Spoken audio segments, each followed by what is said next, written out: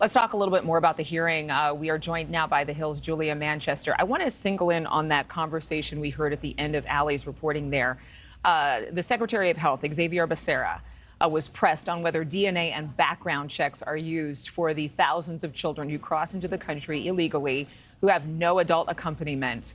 Is there more pressure right now from the public and from lawmakers to actually get to real answers here? Because this is kind of like Washington's dirty little secret. A lot of us didn't know anything about this.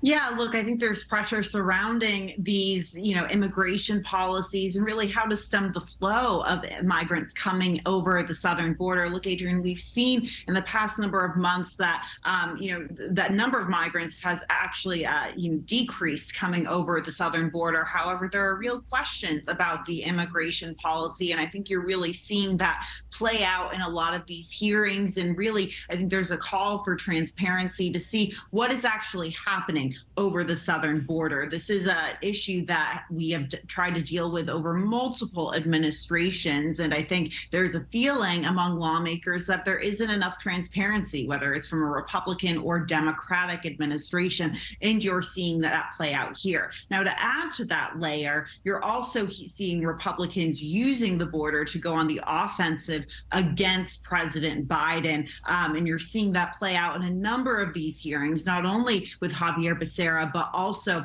with Homeland Security Secretary Alejandro Mayorkas. He also participated in a hearing this week and faced a lot of pressure from Republican lawmakers. But can we just make it plain? Because I feel like every, 5 weeks or so, we talk about Mayorkas in the hot seat, Mayorkas getting grilled, the impeachment potential for Mayorkas. But it's like a whole lot of talk. Can we just put it out there that he can't be impeached?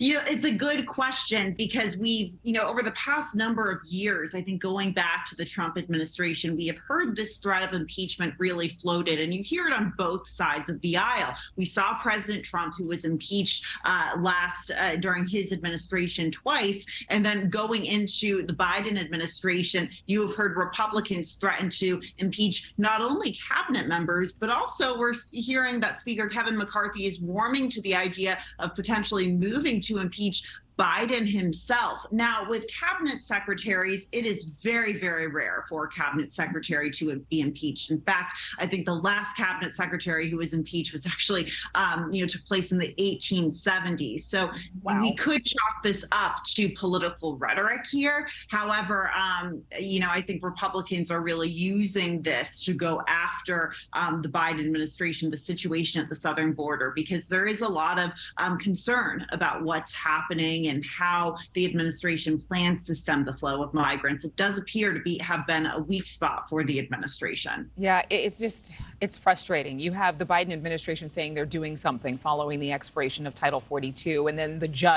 federal judge in California, just shot down the steps that they've taken supposedly to stem some of the flow, but we're not really seeing much progress there. I know that's going to continue in court.